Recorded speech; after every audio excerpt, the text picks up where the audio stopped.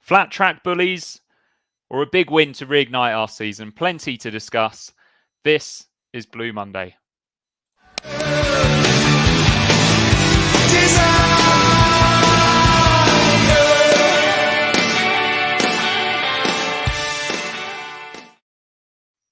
Hello and welcome to the Blue Monday podcast covering all things Ipswich Town since 2015. My name is Mikey Pensy-Smith and this is a live match reaction show. And joining me up in the northwest is Seb Brown. That was much more enjoyable, wasn't it, Seb? That's just what we needed. Yeah, it was. It's been a bit horrible for the last kind of 3-4 days, hasn't it? With social media and Twitter and the message board, it's been a bit of panic and doom and gloom. So, thankfully, that was exactly what I think we needed tonight as Town fans. Yeah, very much so, and just good to be able to see a game as well. Oh yeah, that's always nice. I've noticed there's been no highlights from the Oxford game put out by either side, so I'm guessing the cameras they misused for their highlights at the weekend were just as bad as the iFollow one. So no, thankfully no fog in the East Anglian area. So having a ground with four sides made a world of difference. So a nice clear night for us tonight. Yeah, it was perfect, wasn't it? Let's as this is a live show, say hello to who's joining us. We've got Charlie D with us. Zach Ips F1 says that's more like it. Absolutely. James Ruddock sips a large glass of We're Going Up juice. Steady on. But it's beginning to look a little bit better. Chris Holmes says, shame we only managed 4. The game did sort of peter out a little bit in the second half, didn't it, Seb? It did, yeah. The substitutions, they made 4 at half time, and then we started giving people a run out. We all predicted the 60th minute changes in our Telegram group of what was going to happen, and it kind of killed the momentum of the game. But that first half, we'll also go through it in a minute. That first half was absolutely superb, and it's exactly what we wanted and exactly what we needed, wasn't it? It was indeed. And is it Zorak says, Clark, what a player, what a home debut that was, Seb. Amazing, wasn't it? Yeah, we all kind of thought he'd start being cup tied at the weekend. You know, you don't go and spend 7 figures on a player and then leave him on the bench and kind of drip feed him. You want him in the lineup, and yeah, he showed everything tonight, didn't he? He had great positioning, great pace, great passing ability. Looks like a unit. He looks like an athlete. He was still bombing kind of down the wing in the latter stages of the game, and he's not played that much for Stoke, so I'm not entirely sure he's fully match fit yet. But he just looked an absolute cut above, and yeah, I think Donatian might have a bit of a fight on his hands to get back in the side for the league games. He'll probably play at the weekend because obviously Clark is cup tied, but I thought he just looked absolutely superb in that right-sided centre back / right wing back role. He did. Let's look a little bit closer at that starting lineup, and there was a few shocks, wasn't there, Seb? Especially Richard Keogh coming in. I think a few of us maybe expected to see Edmondson tonight, but Keogh coming in as well was a little bit of a shock. Very much so, yeah. I kind of thought, and I guess the guys discussed it on the flagship, I thought we'd see a bit of rotation. I thought Clark would naturally come in. I thought Edmondson, if he was fit, no one seemed to know what the situation with him was. So I kind of figured if he was fit, he might come in for Burgess, who's had a bit of a dodgy couple of games maybe. The rest of the side kind of picks itself. Broadhead, I'd like to see get a start from what we could kind of make out in the fog and the stuff at Oxford. He looked good. Did he play well, did he? He looked direct from what we could see. Obviously, you were there, so I'm sure you can comment better on me. But yeah, he looks like a direct kind of player who runs with the ball and looks to make things happen. And I thought Hurst would again start up front to kind of, blow the cobwebs off a little bit and get him a bit more game time. But McKenna goes for Ladapo, and as proven, that's an inspired choice, isn't it? So the big shock was the 2 centre halves. Yeah, I guess we don't know the situation with Wolfenden. He might have pulled something in training, might have needed a rest. It's strange that he was dropped completely. I guess we'll find out in the post-match presses. But yeah, a Keogh aside, I thought most of them were kind of common sense changes. Indeed, and yeah, please do keep us up to date in the comments if you're multitasking and you hear from McKenna what was behind what was the reasoning for Burgess and Wolfenden missing out on the squad entirely. Let's have a quick look at the Morecambe team. Mr. Ripley in goal. Did you say? And yeah, David Weir's son. Just in case people weren't feeling old enough with David Hurst's son playing for us. Who was this youngster So Danny Mayer, he was the kind of player in the left wing-back role who got subbed at half-time. Him and Delaney, the left-sided centre-back, both got hooked at half-time. They kind of completely changed the left-hand side of their formation, given what happened in the first 45 minutes. And I kind of thought he looked a bit of a fish out of water. So I just had a quick look on a couple of websites. And I think to be 17 years old for one, to be fair, and I think he was playing out of position. They've got him down as a forward on most of the sites, including the Morecambe site. So I think, to be fair to the kid, he was playing out of position and just got torn apart by Wes Burns, didn't he, tonight? He did, yeah. It felt like the Wes Burns of old, not just because of the way that he was so productive in that first half, but by the fact that Morecambe didn't really seem to know what to do with him. And at times this year, it's looked like he's been found out a little bit, or at least targeted, double marked, etc. But it certainly wasn't the case in the first half tonight. So let's get into the action then. And there was plenty of it in that first half, especially, Seb.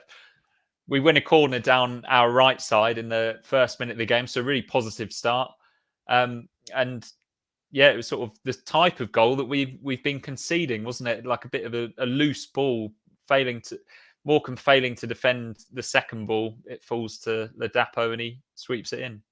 It was, yeah, exactly what we needed. I think Rich put in the Telegram group saying it was a bit of a kind of a flat atmosphere in the ground at kick-off. I guess everyone was a little bit nervous maybe. And I stuck it in the group saying what we need tonight is an early goal. And within, I think, about 15 seconds of me writing that, Ladapo is slamming home. It's a corner played in by Davis, isn't it? We get a bit lucky. The kind of centre-half heads the ball against the guy that falls over and it just rebounds to Ladapo. And that's where you want your number 9, a similar goal to Oxford in terms of, he's kind of in the right place at the right time to stroke the ball home. And I think you could almost hear with the celebration of the crowd, the kind of nerves started to lift straight away. And yeah, exactly what we needed. It was a well-worked kind of, set piece thrown in there, and Ladapo where you want to, in the right place at the right time, and fully justifying his selection. A great start to the game, wasn't it? Yeah. Do you think it might have helped, as it was a little bit nervous that we, again, maybe we've stumbled into something here with us attacking towards the Bobby Robson stand? Because I know I don't like it, nobody likes it, but that is 2 home wins in a row, isn't it? It is, yeah. And starting the game well. Yeah, with a 7-0 aggregate score between Oxford on Boxing Day and today. I'm sure that there'll be stats for what the overall kind of position. Maybe we're better at that. But we do start the game, when we start the game well and play with high tempo. I mean, we were passing the ball around really nicely today with some really nice kind of one-touch, two-touch stuff in and around the box. Maybe if we start games, we need to be attacking the north stand, and it shouldn't be the kind of general sigh that happens when sides kind of switch us round, because maybe it does help us starting games quickly and blowing opponents away, and therefore not giving them that chance to kind of come back at us at any point in the game. Maybe it's not necessarily a bad thing. No, maybe we'll do it in the playoff semi-final second leg. We'll make sure we attack towards the north stand in the first half. Cool. Playoff talk already. Thank you very much, David Bergen. I think he might have already have donated twice, 2 different ways, €10 both times. Thank you very much, Dave. Hope you're doing well over in Ireland. Right, so carrying on with this exciting action, there was at the other end, actually, probably the biggest scare of the night, wasn't it? Yes, I think set piece. It was a set piece. Yeah, free kick came across the back post. I'm not sure who the player was that the ball fell to, but Edmondson and Evans both threw themselves at it. Superbly, didn't they? I think a good block there from, I think it was Edmondson. We'll give it to him. I think it was. Yeah, set piece to the back post. Leif Davis just kind of misjudges the flight of the ball and misses the header. Falls to their play. I'm not sure. I think it was Weir who put the ball in. I'm not sure who it fell to. And then, that's where you want your centre half, isn't it? Absolutely flying across to just block the shot. And that was probably their most threatening moment of the night, wasn't it? And that was a crucial block, because it was within 2.5 minutes of us taking the lead. So a really crucial block. And then after that, we were just absolutely relentless, weren't we? We were indeed. And I think, in the Flagship, the lads, Dave and Craig, were talking about maybe the need to be slightly less complicated with the play and certainly to take more shots from distance. And that's what we saw a few times tonight.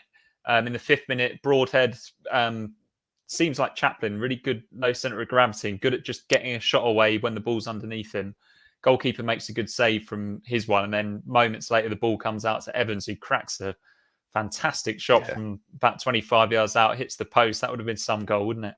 Yeah, it was a great hit, wasn't it? And I think Broadhead at that point had already had a kind of a shot on target, and we were just, it was wave after wave, and they just couldn't cope with us. It opens up nicely for Evans. He's got that in his locker. We have seen it a couple of times since he joined us. He normally looks to make that extra pass in and around the box or in and around the D, doesn't he? But that time, he just opened up his body, got the shot off, and he was really unlucky with it hitting the outside of the post. Indeed, and on the subjects of switching ends, Flim Flam says, "Don't think too many teams will want to switch ends if they win the toss in future." Yeah, maybe that will be something that puts off the opposition captain after if they're wise to it. Right, so 16 minutes. That was how long we'd been playing when it was 2-0. Chaplin picks the pocket of a Morecambe midfielder. Broadhead carries the ball, and that timing of the pass and just the pace of it, everything about it was perfect.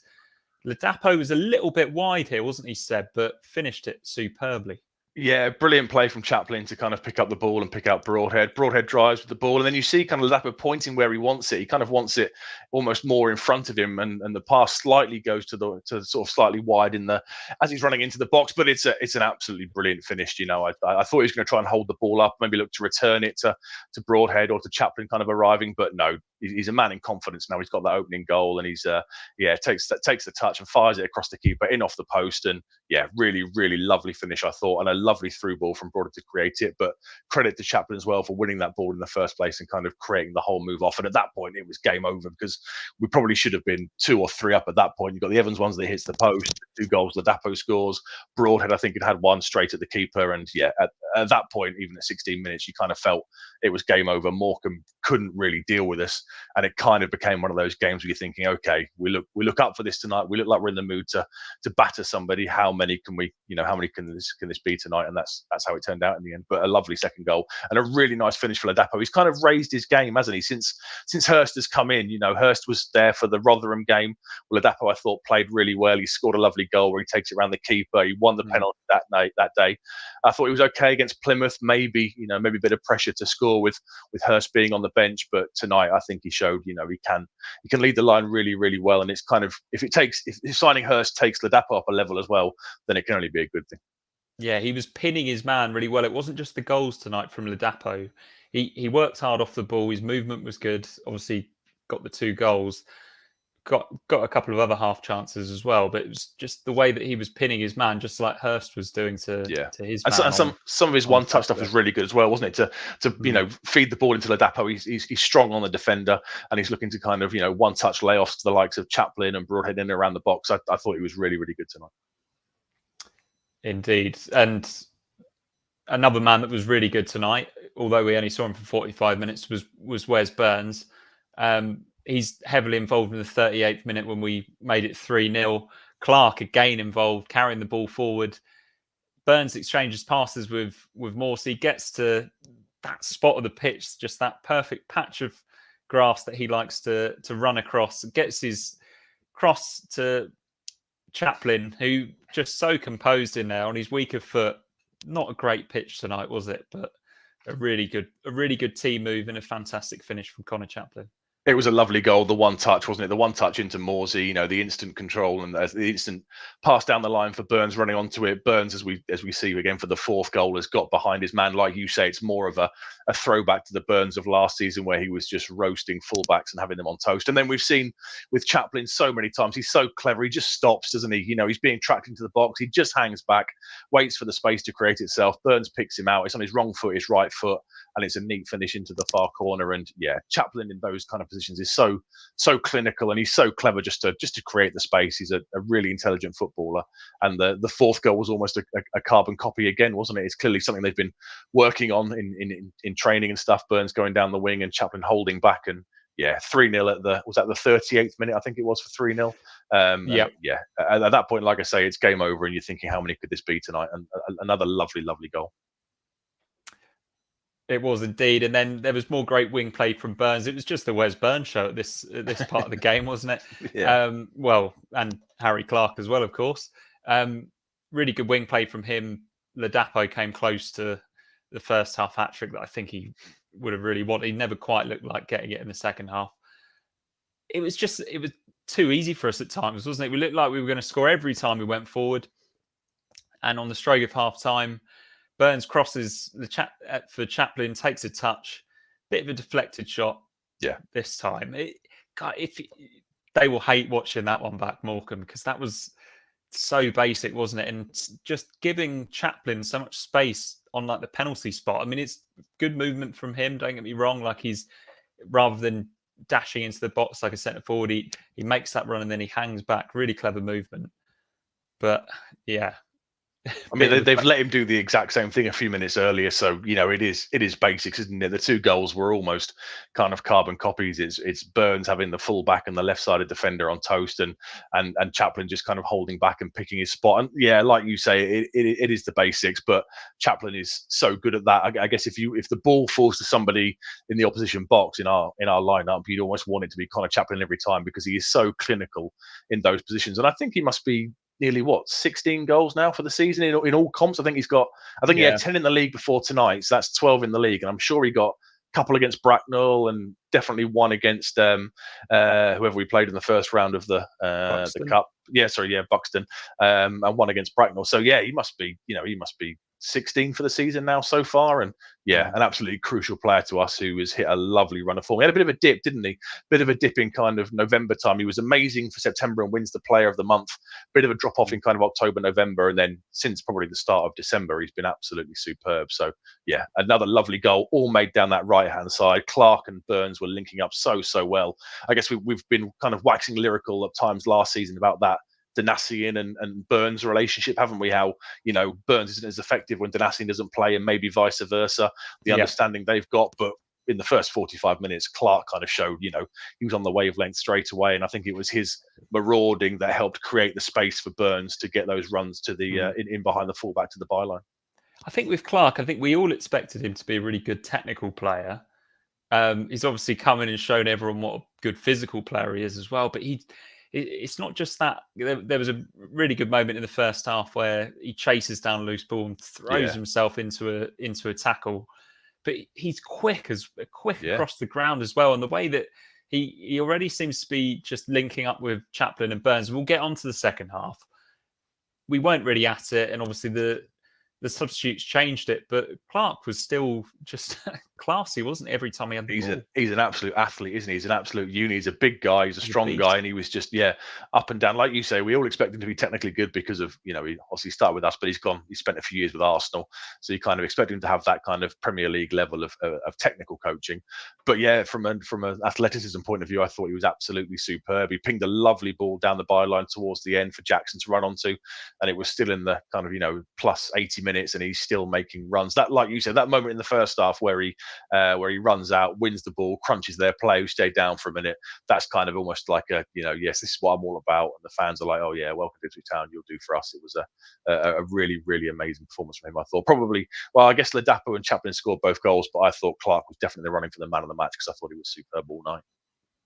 Yeah, I think Burns was definitely going to be up there as well, wasn't he? Had he not gone off, and then Ladapo goes off a little bit early as well. I think Clark probably across the 90 minutes deserves it, especially for a home debut. Seb, do you think, obviously us fans, we kind of needed that first half tonight, didn't we? Do you think maybe some of our attacking players needed it as well?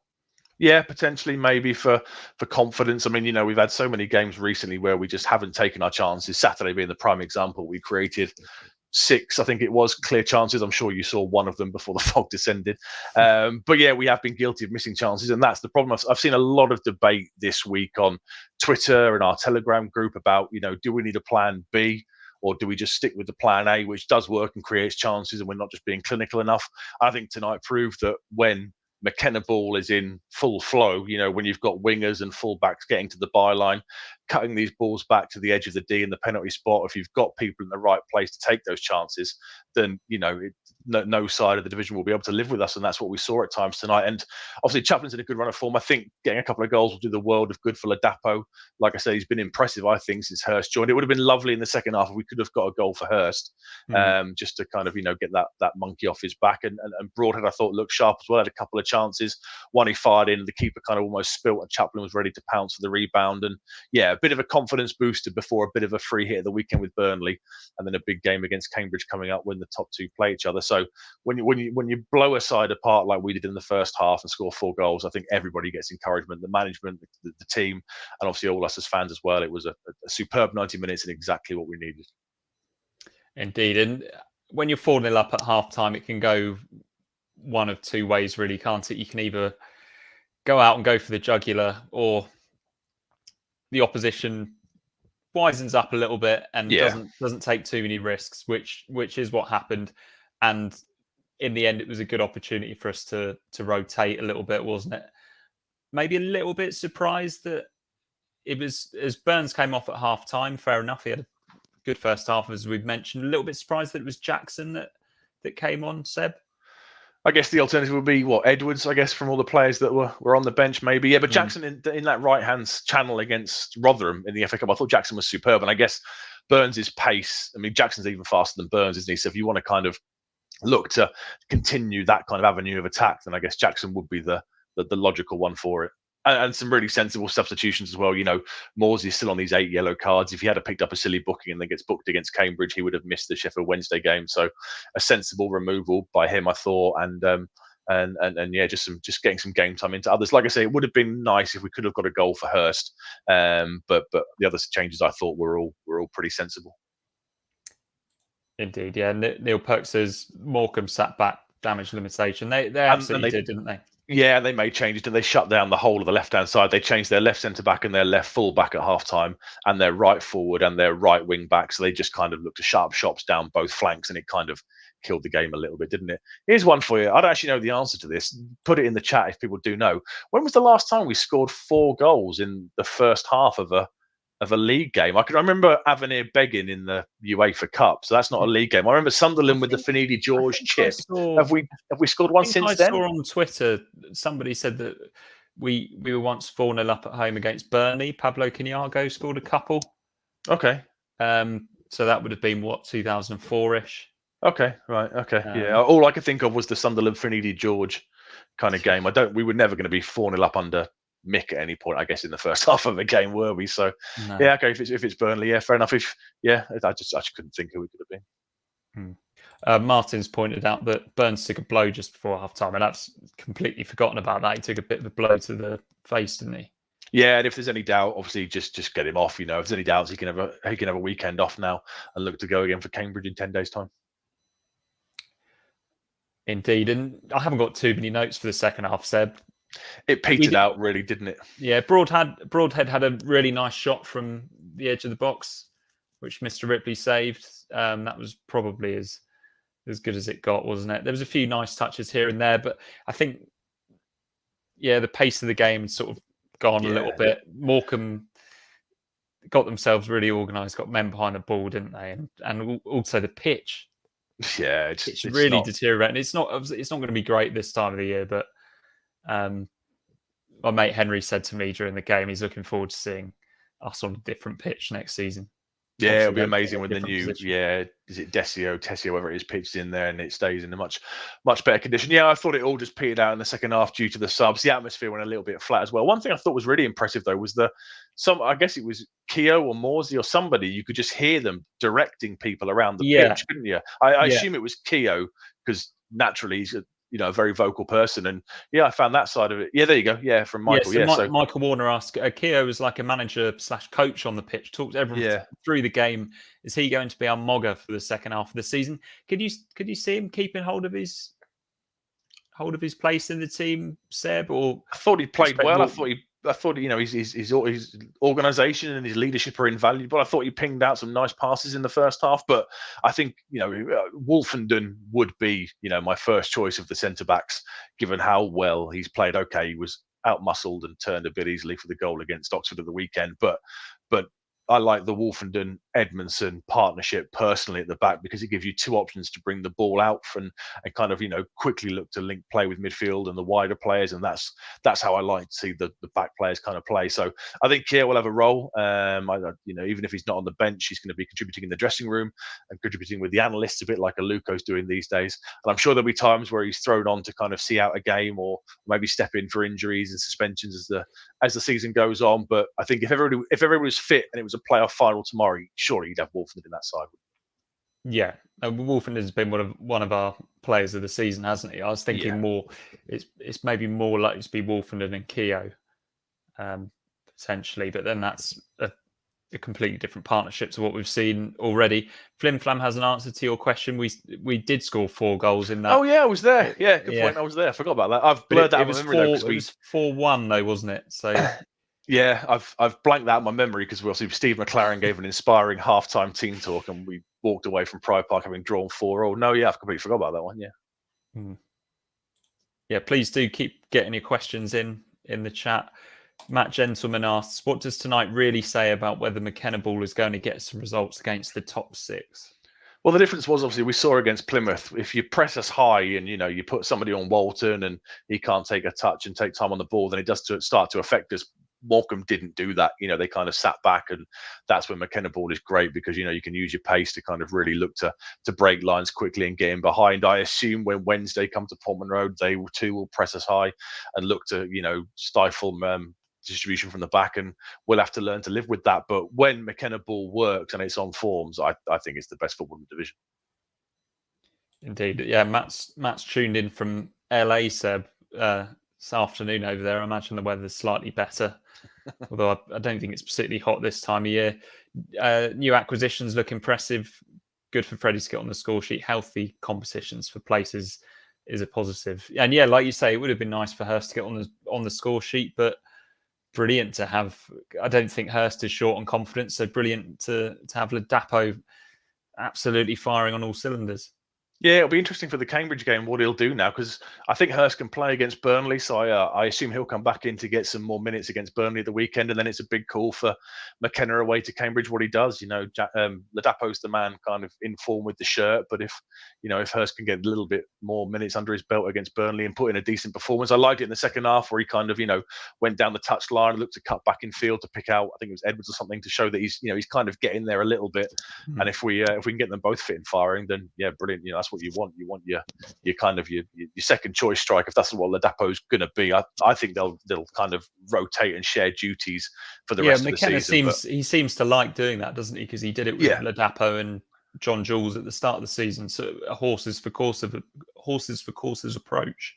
I think so, but the crucial thing is that he's got his confidence up again now with those 2 goals, a close range poaching finish, and then a great finish on the angle that hit the post and went in. And if that's kind of your second choice striker, so to speak, then what a great place to be. And if they keep pushing each other for the rest of the season, and Hurst can get himself up to match fitness and score a couple here and there, then it's a great place to be with the forward options, because we've seen in the past, haven't we? Sometimes with Jackson through the middle, we do start to suffer when we haven't got maybe that player who can kind of hold the ball up and look to create space with his runs. And I think that's what both Hurst and Ladapo give you.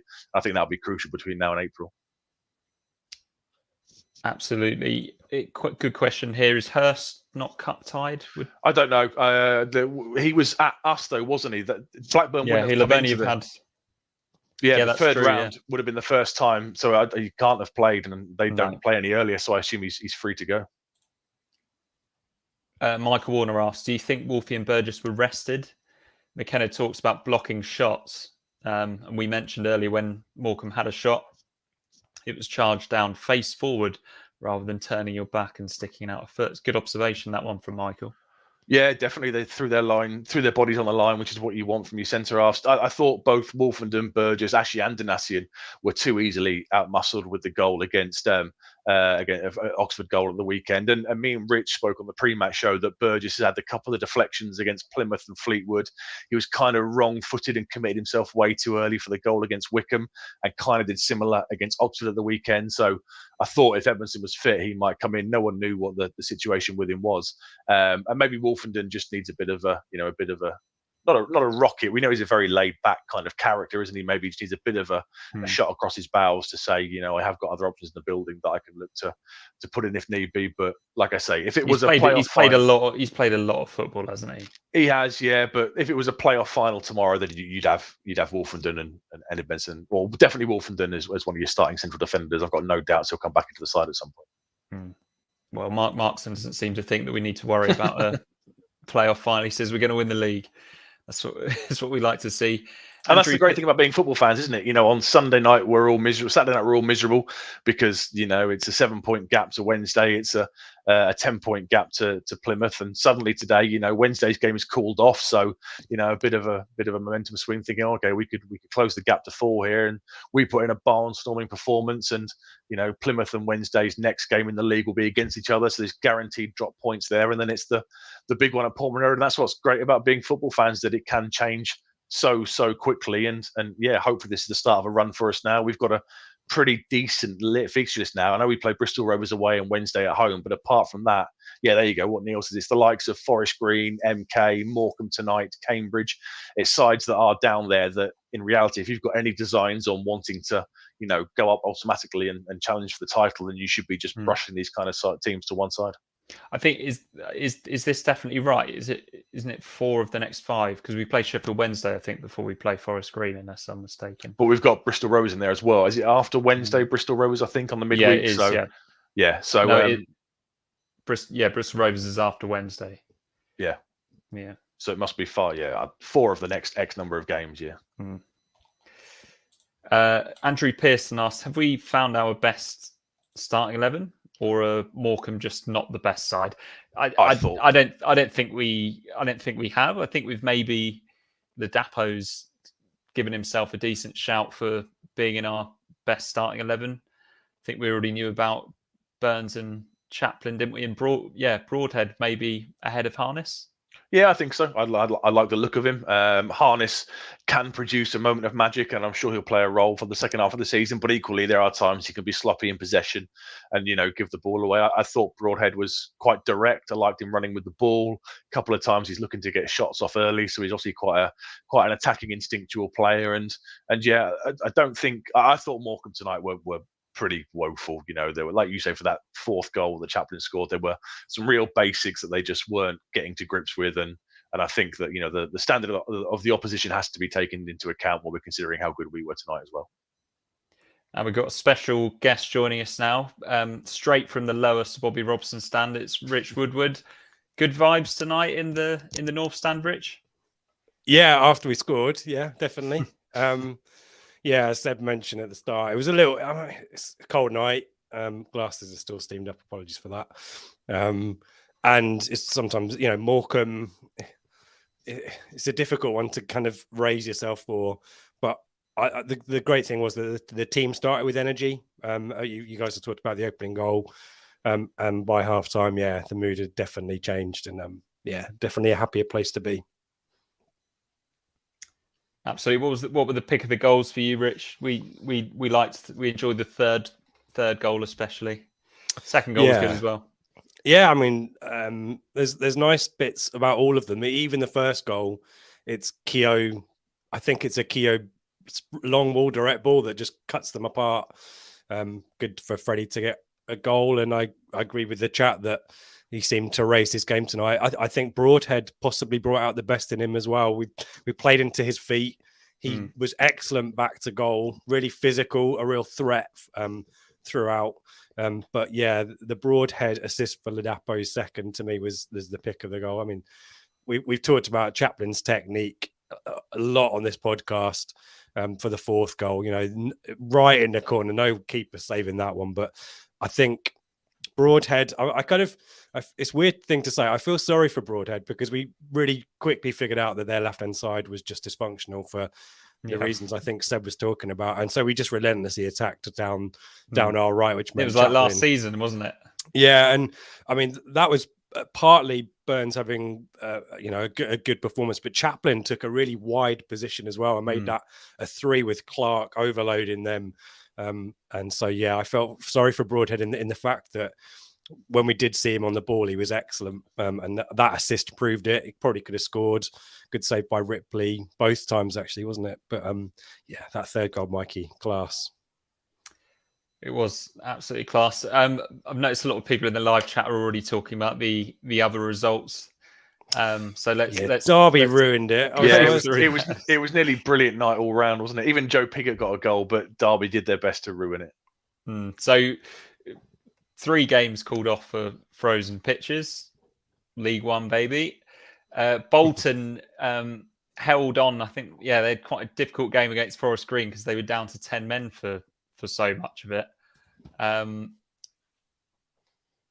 Portsmouth, as we mentioned, they went and got a win at Fleetwood. Maybe they're going to pick up a little bit under John Mousinho, as you mentioned. Joe Pigott on the score sheet there. Shrewsbury won away at Milton Keynes. Derby, I think Port Vale took the lead fairly early in the second half. And then David McGoldrick equalises, and then they find a winner late on. Would have been absolute scenes in that away end at Port Vale, no doubt. And Wycombe 2-0 victors over Oxford. Yeah, Oxford bloody home and away team, aren't they? Roll over for Wycombe, but everyone turns up for us, don't they? Right? I bloody hate it. That does seem to be a thing. If you beat us, you lose your next game. Yeah. And then we'll go, they look a good side. Let's have a look at this league table then. It's looking a little bit better than it was. Yeah. It's still quite tight, isn't it? Yeah, we've closed the gap. In fourth. That's my worry now, isn't it? We're now, so the good news is we're only 7 points off the top and 4 points off second now. Sheffield Wednesday have a game in hand on us. But Derby 4 points below us with a game in hand. And Bolton not too far behind either. And dare we even look outside of the playoffs? We've got 13 points on Wycombe still. No, that's not. I mean, even in an awful scenario, we probably finish fourth. I don't think we need to worry about looking that far. Mikey. We don't need to worry about looking that far down the table. Derby are worrying that they are relentless at the moment, aren't they? Yeah. They're just Paul Warne doing what Paul Warne does. That might be a really. Is it April time? I think we go there, isn't it, to Pride Park? I'm sure it's April. Yeah, start of April maybe. That's going to be that's going to be a big game. But look on the bright side, the next league fixtures, we'll see Plymouth playing Wednesday, so somebody is going to drop points. And then if we did the business at Cambridge, it'll be a rocking atmosphere at Portner for the Wednesday game, won't it, the week later? April Fool's Day is Derby away. Okay, yeah. Make your own headlines, kids.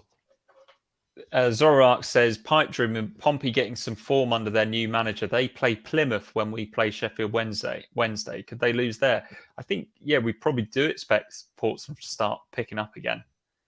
Still got some half decent players, haven't they? And if that's at Fratton Park as well, we know that that's even when they were at their lowest, just before Cowley got the sack, they still pulled out a decent battling performance, didn't they? And that home support will also want to screw over the top three teams. If you're not there yourself, you really relish screwing over someone's season, don't you? And if it gets them into the contention for the playoff spots themselves, then win-win for them. So fingers crossed. As we keep saying, and I think Seb mentioned it as well, really need to temper some of the mood swings that we have on social media in particular. Points will be dropped by other teams. Don't worry about that. The question is, have we left ourselves too much to do to catch them? And can we get this form, this relentless form, the consistency that Plymouth and Sheffield Wednesday have had is what we haven't. We know that we can create chances. We know that we can score goals when we're at our best. We just need to keep doing it. And it's January, guys. Nothing is won yet. And we know for a fact that if you go on a run and other teams drop points, then anything's possible. Indeed. And I think this chimes in with that. Flim Flam says we go on one of those post-Christmas runs George like we Burley, did under Robson. Yeah, but George Burley in 97, 98, yeah. Yeah, there we go. Yeah, maybe this is the start of that run where we keep scoring 4 or 5 goals at home. And it's a great chance to do it with the fixtures that we have coming up. It's a really great chance now to lay down a bit of a marker. Tonight, hopefully, other sides might have sat up and taken notice and thought, okay, looks like Ipswich are coming back into form. If we can have a decent performance against Burnley and then really look to, like we did in the first half of the season, we were really ruthless, weren't we, against some of the lower sides in the division, the likes of Forest Green, Accrington, Morecambe away. We just kind of were professional and kind of, it was always 2-0, 3-1s, etc. If we can get back to that, dare I say, actually, a bit like when we were under Lambert, when we played the lower sides in the league, just be kind of ruthless and professional and grind out results, then hopefully come the end of February, it could be a much tighter at the top of the table. I mean, the big thing for me, sorry, Mikey, just to jump in on tonight, Probably I haven't seen from us in a while was just how we set after Morecambe straight from the first whistle. I know the first goal conveniently comes within a minute and a half or whatever it is, but I haven't seen us press and force mistakes just in front of their penalty area, kind of within their half. All season, Chaplin was relentless. Evans, Morsey were breaking in there, trying to make stuff happen. Obviously, Ladapo was physical tonight as well. And I kind of feel that I know you guys were kind of debating about can we do this, or someone asked a question about can we do this against the top six. I think on our day, no one wants to face the attacking options we have. If we press and go after teams and force mistakes, we will get chances against the big six teams as well. So that to me was probably, apart from Keogh's, I think it was Michael called him like the Mogger. I think that's a massive takeaway from tonight as well, by the way, Keogh. He was the one captaining certainly the captain in the defence, and probably something we missed. But yeah, the kind of badgering, I think is probably the word I would use, of the opposition is something that we can really take out of tonight's game and try and, get on the front foot early and pester teams like we did tonight. Not many teams will live with that. But not just that, Rich, but once we scored again, we just kept coming and coming and coming, didn't we? Yeah. I know obviously we will leave ourselves exposed sometimes, and you will, like, Morecambe were never really going to punish us, were they, when we did get caught high up the pitch with the amount of players they had back. But still, to just be as positive as we were in that first half, it would be great to see against one of the top sides, wouldn't it? It would. And, if we show up in the same fashion at Cambridge, then the confidence will be there, won't it, for that game against Sheffield Wednesday? And who knows what's going to happen with Sheffield Wednesday and Plymouth. It could be a really fascinating game, that one, and a real momentum swinger in our favour if things go our way. What do we want there out of interest? What's your thoughts? What I know we'll discuss it closer to the time, but is a draw our best option there, do you think? Or are we thinking Plymouth? For the Plymouth Sheffield Wednesday game, are we thinking Plymouth are gone? Thinking we'll take a draw at home, Sheffield Wednesday. Brilliant. No. Are we thinking a draw there is the best kind of result? Are we thinking Plymouth maybe are gone and therefore we're focusing on hunting down Wednesday, or how do you see it? I think a draw, because it keeps all of keeps them both relevant to us. Alive, doesn't it? Okay. Yeah, I think, and again, we really, I can really recommend. The Telegram group has really come into its own over the last week or so, given, as I said, the batshit craziness of Twitter. But we've been sharing the kind of XG performance of the league table, the relative performance between points gathered and XG, and we keep saying it, and maybe it won't happen. We talked about it on the pre-match with Plymouth. According to XG, shouldn't they be in the sixth or something like that, based on the quality of the chances? I know that's a crap metric, right? And I know the people going, XG means nothing, Rich, but it tells us a story. And Plymouth can go on a crap run just as much as Sheffield Wednesday. They lose Mumba to an injury, a suspension, who knows what. I know I'm clutching at straws a little bit, but there is plenty to run here. So I agree with Mike. You get a draw there, keep them both within arm's reach. Who knows? There's still a lot of Harry Clark love coming in the comments, lads. So Pete Girl says Davis looks miffed that he's no longer the best fullback at the club. Steady on, but it was some debut. How was he received by the crowd, Rich, in the stadium? I felt, because the atmosphere wasn't particularly, optimistic or enthusiastic is probably a better word. He didn't, he got a positive reception. I'm not sure. I love Foz, but he's not generating the noise on the team. And I think he almost ran out of time to read out Harry Clark's name. Whereas I think in the past, Rob Chandler would have, made a big thing, making his first appearance back at Ipswich. Yeah, but we didn't really get much of that. It was kind of, oh crap, I've got to say 44 Harry Clark, whatever it was.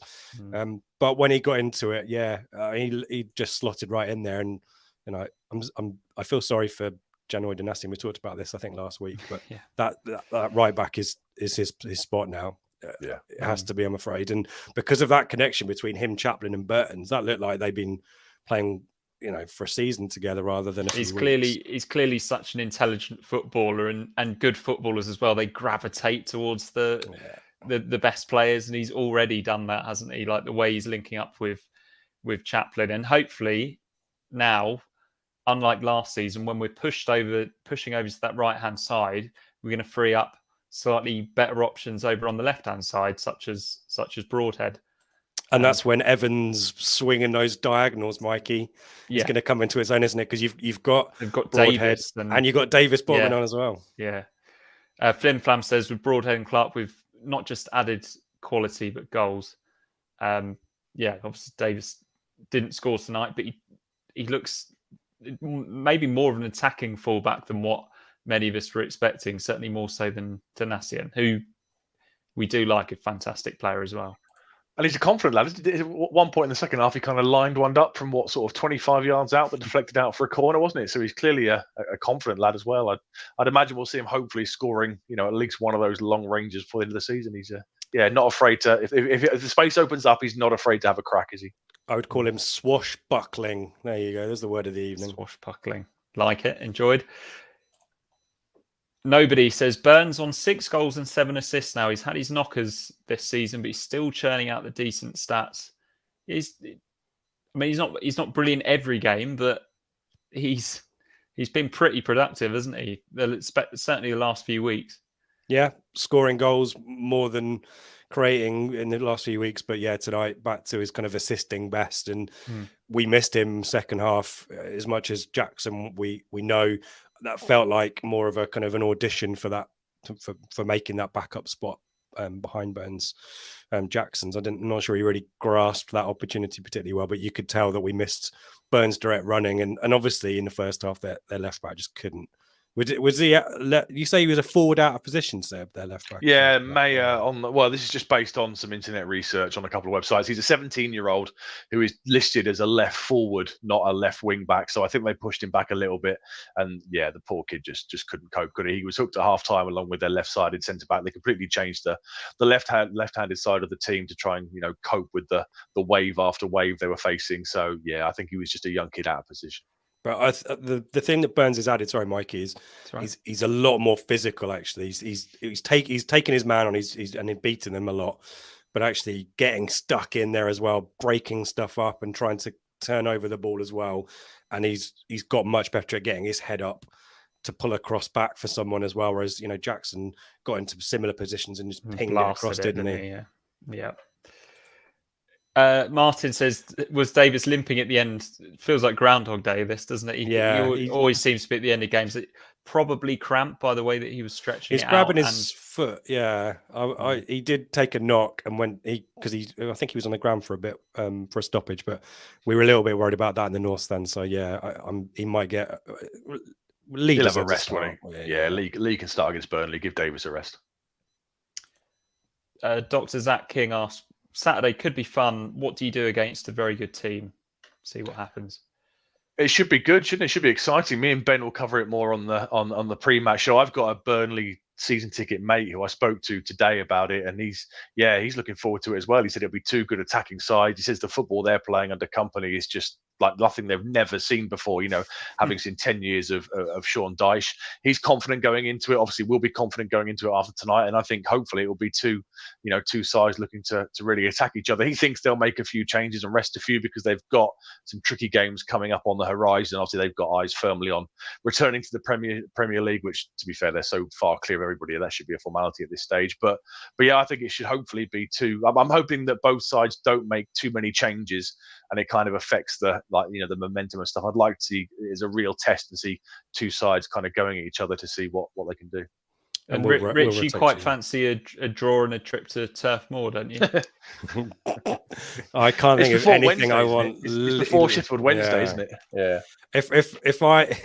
If I'm McKenna and it's the 89th minute and it's a draw, I am shouting to someone to grab someone in the penalty area or for Walton to backheel it into his own net. We do not want that replay. You do the Ted Lasso signal, and then suddenly Morsey goes and 2-foot somebody in the area and gives away a penalty for them to win the game. Yeah, I was just no one wants to go to Turf Moor on a Tuesday night. Question for you guys and the chat: can anyone think of a more rapid conversion of a side from one style of play to another, which has been positive? We can all think of it. Ipswich in 18-19, I think we can all think of that transition. But what a complete turnaround there under Company, and seemingly just with one pre-season as well. It's unbelievable, guys. Can you think of any other instances where a team has completely changed its style of play from with respect, one-dimensional stuff under Dyche, wasn't it? Low percentage stuff. So now they're just a highest possession team in probably in the 92, aren't they? Something like that. So quite the turnaround. I don't like it one bit. I thought the old Burnley style suited them perfectly. It suited the surroundings. Yeah. Yeah, we'll see you at Turf Moor if it goes to a replay, Mikey. You won't, because I ticked it off last season. I was there for Wout Weghorst's debut for Burnley against Watford. I don't think he won a single header. Wind was blowing a hoolie. Where's he now? Where's he now? Yeah, he wouldn't. Yeah. Here's a suggestion: Bielsa at Leeds. Okay, but even that took a couple of goes to really sink in, didn't it? They had they failed the year that we beat them on the last day of the season. They lost in the playoffs that year, didn't they? So even I'm just trying to remember what they were like before Bielsa. Obviously, not as high intensity, but I cannot remember who the Leeds manager was. There were probably so many in that time period. But yeah, they took a couple of years, I think, to really get going.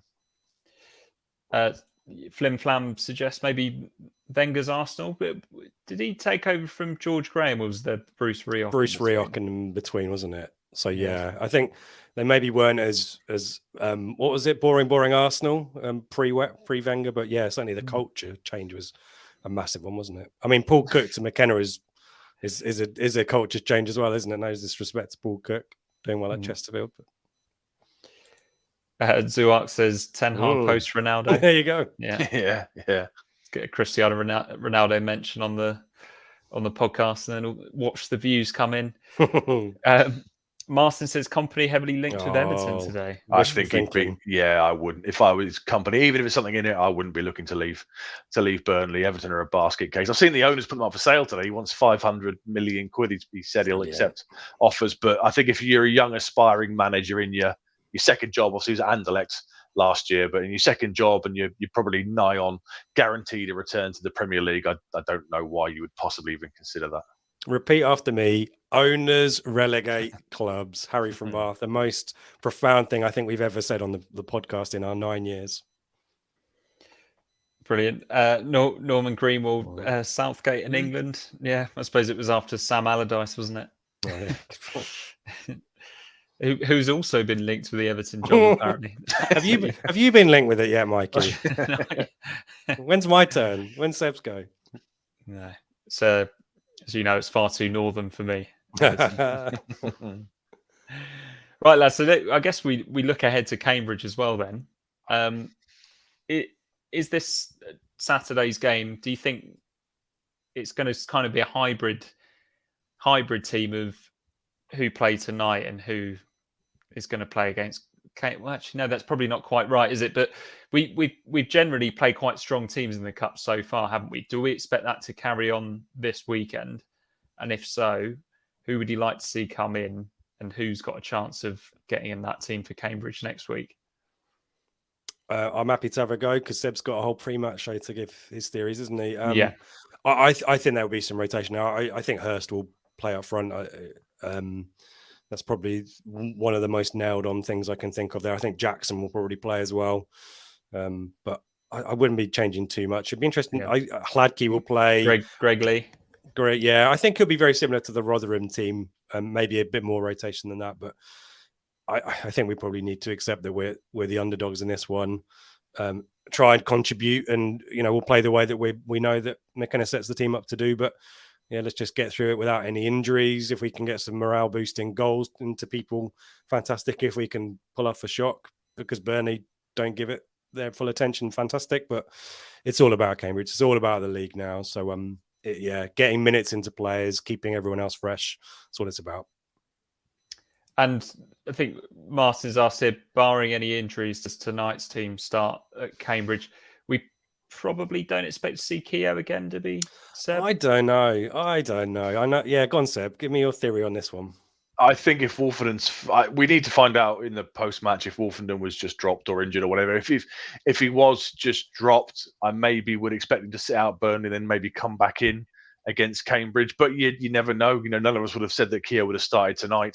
Edmondson, we debated for the last couple of pre-match shows about where is he and what's going on with him. He just seems way off it at the moment. So I wouldn't be surprised if he were to start again, maybe even against Burnley the weekend, and look just to get that match fitness back up again. But for me, I think Wolfenden is the better player. So if he is fit, then I'd probably have him back in alongside Emerson at the back and stick Keogh at the back to the bench or back in his kind of dressing room morale boosting role. Get back in the dressing room. Yeah. I don't know, guys. I think this Edmondson Keogh, I think we might have stumbled across something tonight. I know Keogh's not as sexy as Wolfenden for some people in lots of different ways, but Keogh's got something about him. I don't know where I'm going with that one. I just think that I liked Edmondson, what Edmondson did tonight. I think it might be Michael again talking about facing down those shots rather than turning backs and all that kind of stuff. And Edmondson did that, took a few knocks. I think Keogh's just no nonsense, but he adds some calmness there and communication as well. And I think we lack that. And whilst Wolfenden is an excellent footballer, don't get me wrong, he's not a leader at the back there as far as I'm concerned. And with Walton not necessarily being the most communicative either, I don't think that's Davis. I don't think it's Clark. I do think Keogh brings something additional in just respect of calmness, organisation. And whilst he might not be as, exciting a prospect as Wolfenden is, we've got a clean sheet tonight, guys. Would you really change it? I don't know. We have to remember Morecambe were pretty, shocking. Oh, of course. Yeah. You got to remember who it's against. But Cambridge have lost 4 on the bounce, Seb. Yeah, true. But I wouldn't feel comfortable going into the Wednesday game, for example. Okay. With Keogh at the back. Different debate there. I on the iFollow, you probably heard it in the stadium. It came across. Was it Keogh in the second half really marshalling people and talking people through the game? And throughout, it was. Yeah, it was. Yeah, really useful. And he's got a kind of a thread the needle pass in his locker. Yeah, he's always been a ball playing centre back, hasn't he? I think we're just maybe a little bit worried about him going back towards his own goal. Sure. Yeah, if we'd got him 5 years ago, the Keogh that I saw quite routinely at Coventry had a bit more pace about him. But even so, he knows where to be. And yeah, he was definitely barking instructions. And I think that benefited everyone, particularly when you consider you've got a lot of debutants, including Clark at right back. Yeah. McSauceman says he thinks Keogh's too slow against the better teams with how far Clark pushes forward. Zuark, thanks for that, mate. McKenna, first interview post-game. No mention of Wolfenden being injured. Says a lot of Keogh being experienced to help Clark and deal with Stockton. So again, McKenna's horses for courses, which he'll continue to do all season. Keep us guessing. Gives you loads of stuff to talk about in the pre-match shows, doesn't it, Seb? And Rich, of course. But this week, Seb, it's you and Ben, isn't it? It is, yeah. I'm going to tap into Ben's amazing championship knowledge and just, sit back and have a nice, easy week for a change. No minimal research done by me, and Ben will discuss Burnley to death because he's very, very well qualified to talk about how good they are this season, how amazing they are. It's a pre-recorded. It'll be pre-recorded on Thursday evening, so it should be available whenever Rich presses the upload button, which is normally either late on a Thursday or first thing Friday for the game. It'll be Saturday. First thing on a Friday because I'm going to see Editors on Thursday night in Cambridge. Yeah, I forgot about that. So friend of the pod, Ed Lane, I might bump into him at some point, hopefully. But yeah, I'll be, if you're in Cambridge or in the adjacent area and looking for somewhere to be on Thursday night, I can recommend Cambridge Corn Exchange Editors live. There you go. That's where I'll be. Brilliant. And anything else to plug before we go, guys? Only to repeat that if you, like I, are finding Twitter are not a healthy place for your mindset and well-being to be, then please come and join us on Telegram. It's a lot more rational, a lot more calm and considered. So I can thoroughly recommend that. And I guess we really should thank everyone else who contributes to that because they're part of that more so than we are, if anything. So yeah, do come and join us on Telegram. Thanks to all the guys who make that such an enjoyable place to discuss football because it's chalk and cheese compared to Twitter. Absolutely. Let's go for a couple more comments just before we go. Mr. Ipswich Town says Keogh, Edmondson and Clark was used for height. Morecambe are never going to pass through us. 3 tall centre-backs helps the aerial threat. I think, there's probably something in that. I think all of our centre-backs are pretty big, aren't they? But just thinking about it, it was Keogh and Edmondson that started at Morecambe as well, wasn't it? It was, yeah. Yeah. So a return to that partnership. He had dealt with Stockton well. I mean, he's not the player he was last year, is he? But he's a bit of a kind of a physical threat. So yeah, they did really well against him. Mr. Ipswich Town says, Yeah, I was going to I was mention going to ask that. why has he got a picture of Paul Lambert? Yeah, I was going to ask that. Yeah. Just Don't an analyze era it, to Mikey. forget about, isn't it? Ashley Bell says up the Telegram. David Bergen says it as well. Telegram is brilliant.